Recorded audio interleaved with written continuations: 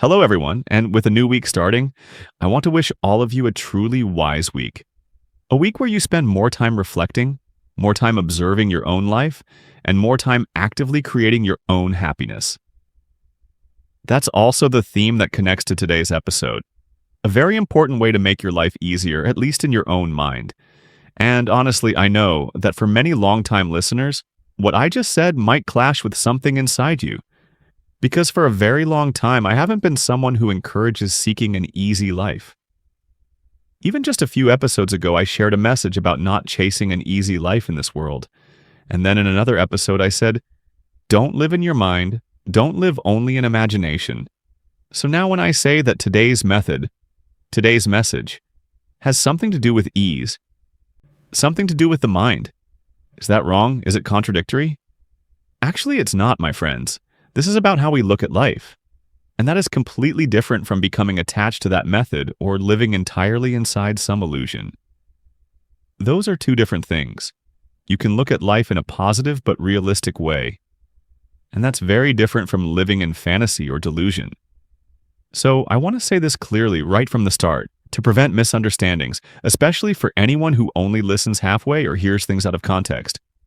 And this is exactly why I don't like short videos. They can never be complete. They can never fully deliver something people call deep. A few seconds simply cannot convey depth. So what is the principle I want to talk about today? If your life cannot naturally produce more joy, there's still a way for you to feel joyful. You just need to notice this way of looking at life. And you can still be happy. And what is that? If you cannot create more happiness, then find a way to block the sadness from entering your life. And by doing that, you can still be happy.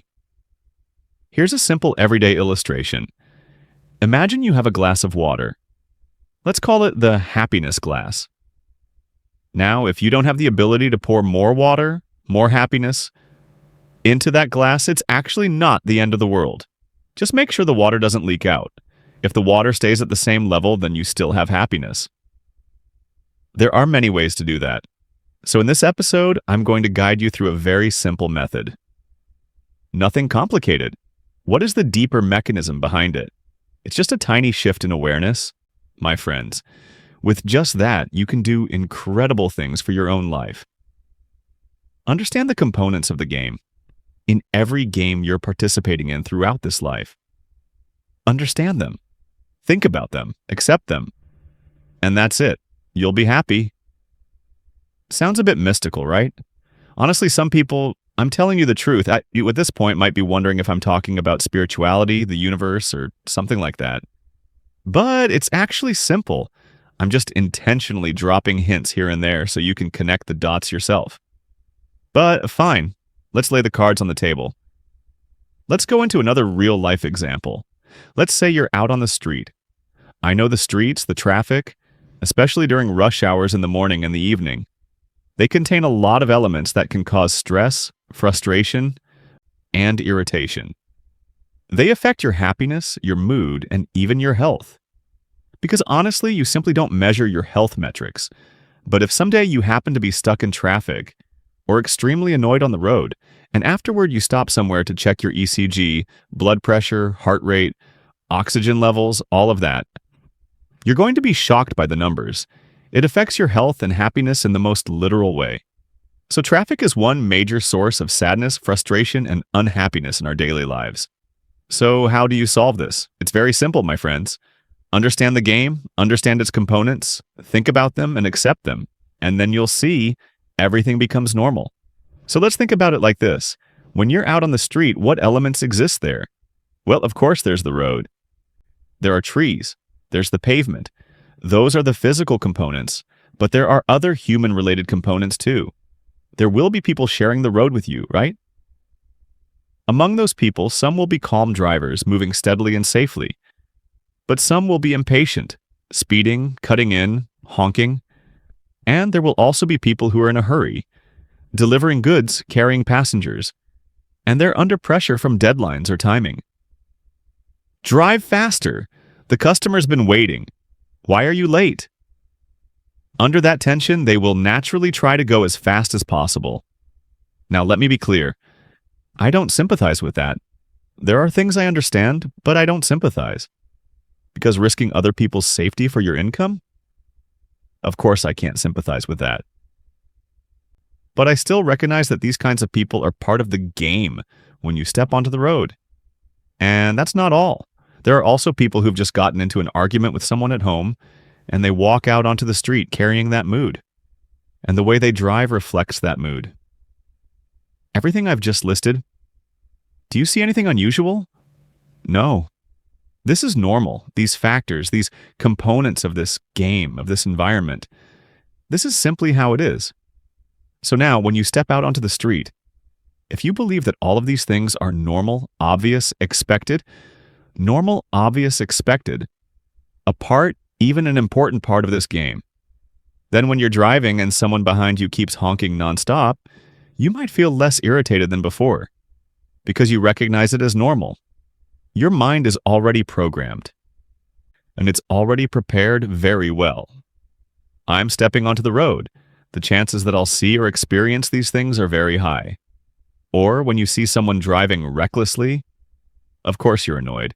Some of you might even curse out loud just to release the tension. That's natural, but honestly, when you program your thinking this way, when you try to understand the components of this game, eventually you'll come back to this. This is normal. It's common, not rare. And once something becomes normal to you, truly normal, something you genuinely expect, then the energy you lose, the happiness you lose, gets blocked. It no longer leaks out. We are rarely hurt by what we consider normal. We are only hurt by things that are abnormal to us. Things that make us ask, why is it like this? Why is it so unreasonable? Why so rude? Why this? Why that? Those are the things that hurt us deeply, frustrate us deeply, upset us deeply. But when you clearly define things in your mind, when you say to yourself, all right, when I step onto the road, these are the components, these are the factors, these are the elements that exist. Then you get two benefits. First, your happiness glass no longer leaks. Someone honking cannot take your happiness away. Oh, well, it's normal. A traffic jam cannot take your happiness away because you understand it's normal. Stepping onto the street at 7:30 a.m. and getting stuck in traffic, that is normal. And you even understand that you are one of the components contributing to that traffic. You take up space on the road. That's normal too. Seeing someone speeding like crazy at 7:50 a.m., rushing to clock in at work. Many people drive recklessly at that time. So, it's normal. Let me repeat this. I'm not saying any of this because I tolerate or sympathize with bad behavior. Of course not. But I understand why it happens. And I am not sympathetic, but I accept it. And acceptance creates a certain attitude toward life. If I step onto the road during those hours, or any time really, but especially during peak hours, I will try my best to drive responsibly. And I will anticipate the things I've already mentally prepared myself for. Then I'll drive more carefully. I'll drive more safely. I won't drive recklessly because during that time, many other people are reckless. That way, my life becomes happier. I end up understanding life. I don't let outside factors drain my energy or take my happiness. And at the same time, the inner part of me, I have prepared it well. It adds another layer, protecting my happiness and my energy. And I think that's a good thing. That's all we can really do, my friends. Because I understand that many of you genuinely want to help others, want to give advice. But we also have to know the limits of our role and our responsibility. Unless someone works in a position that directly deals with these issues, they might be able to influence or change them. But for the majority of us, I believe that simply becoming more self-aware and reminding ourselves to live well, that alone is already a success. Even though we sometimes feel upset inside, everything still comes back to one simple thing: changing our own behavior. That improves society faster than trying to change others. Especially when you're trying to change them with words, that's much harder. So, that's the first example: accepting life, analyzing life, breaking down the components of life, the game we're playing, and understanding that these things are obvious, normal. Then you'll no longer feel hurt by them. You are never truly hurt by what you consider normal. I've said this many times. For example, someone who works in customer service. This is one of the hardest jobs, in my opinion, because you have to interact with so many people with so many different personalities. There are easygoing customers, sure, but there are also many, not a small number, who are unpleasant. They demand things. They insult you. They yell at you. A lot. I've talked to a few people who work in customer service, and I asked them one simple question. Do you often deal with rude customers? And they said, every single day. Just like that. So I asked, how do you handle it? Do you feel shocked? Do you feel sad or hurt when it happens? And they said no. They're used to it now. It's become normal. Of course, there are days when it's exhausting, but overall, it's normal. Because there are procedures, methods, ways to handle it. When I heard that, I thought, wow, that's amazing. Something that is clearly rude, but once it becomes normal, the amount of happiness you lose, the amount of emotional leakage, it decreases. It decreases a lot. That's the formula. That's all it is. Everything I'm saying right now is extremely close to real life. This is everyday stuff. I don't have the habit of talking about things too high above life. Or let me give you another example. One related to when you go to a coffee shop. Of course, I'm someone who prefers quiet over noise. However, when I remind myself that I'm stepping into a public space, a coffee shop, then obviously I have to think about the different components that exist in a coffee shop. There will be people who come there to work. They barely say a word.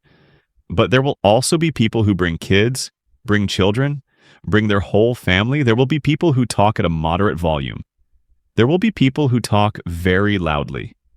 Like that. And there will even be people who talk as if they're yelling. Going off track for a second. I once went into a Japanese restaurant. You know how Japanese restaurants are, and even in private rooms, even in so-called separate spaces, they only put up a small partition, and it basically has no soundproof value. It's mostly there just to block the line of sight, purely for a sense of privacy. So the person sitting next to them, oh my God, they were yelling like crazy. They were talking as if they were shouting directly into your ear. It was extremely annoying. Anyway, let me come back to the coffee shop story. There are people who talk very loudly. Like that. And then there are people talking on the phone. And they speak at a volume that's maybe 3 or 4 times louder than their normal voice. Maybe they're worried because the place is noisy and they think the person on the other side can't hear them. So, instinctively, they talk much louder. Like that. I can explain this because I genuinely think about it a lot. I think deeply about the components that make up a coffee shop. And eventually I come to a conclusion. All right, this is the game.